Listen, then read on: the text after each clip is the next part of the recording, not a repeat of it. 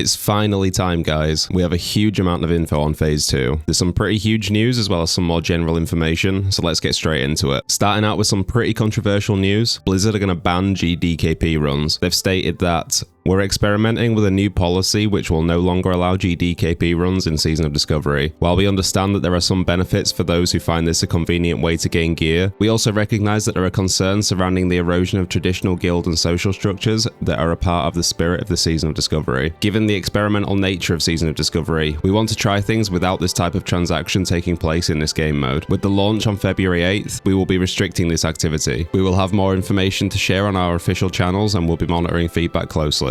I have mixed feelings about this one. Personally, I'm not a huge fan of GDKP anyway. I've never really found it that fun to be a part of as either a buyer or a seller, so this really isn't that much of a loss to me. However, I'm always of the opinion that more choice for the player is a good thing, and outright banning something that's essentially a player-made construct, I'm not sure about that. I think this change is going to be met with a lot of resistance, but what do you guys think? Good move by Blizzard, or adding unnecessary red tape? Next up, we've got some info on XP. A catch-up buff has been confirmed. Players leveling from 1 to 25 are going to get 50% more XP in Phase 2. We've also got some new ways to level from 25. There'll be a big XP bonus for completing the BFD raid, up to level 39, and waylaid supply crates are receiving a significant buff to the XP that they reward the player when turned in. I am not that keen on the idea of doing more BFD, but with higher player levels, more runes, things like that, it should be extremely easy and essentially free XP. Supply crates being buffed is a fantastic and long overdue change. I think the system's got way more potential than Phase 1 tapped into. Making them desirable to complete while leveling is a good start towards this. And just quickly guys, if you guys are excited for Phase 2 and want to support this channel, then please hit subscribe, and thank you to everyone who has done so far. Moving on then to some absolutely amazing news as far as quality of life goes. Skill books are being added as part of 5-player dungeon drops. Blizzard have given us 3 examples. Paladins can get enhanced blessings. This will extend the duration of paladin buffs up from 5 minutes, hopefully to 30 to bring them in line with many other class buffs. Totemic projection for shamans, which will allow them to move their active totems, and redirect for rogues, a spell that we haven't seen since Cataclysm, which is going to allow rogues to move active combo points to the current target. A lot of us have been asking for these kind of changes. With SOD bringing so much change, why have so many of classic WoW's little frustrating elements remained untouched?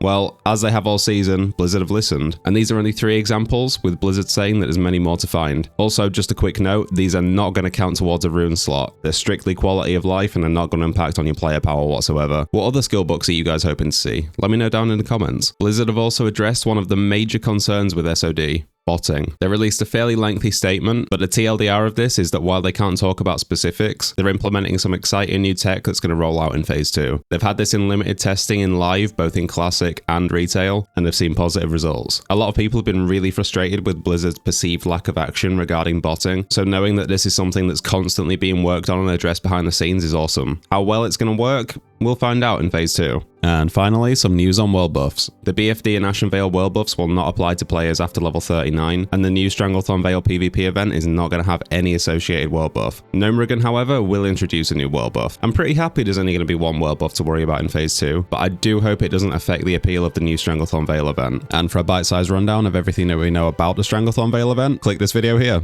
See you there.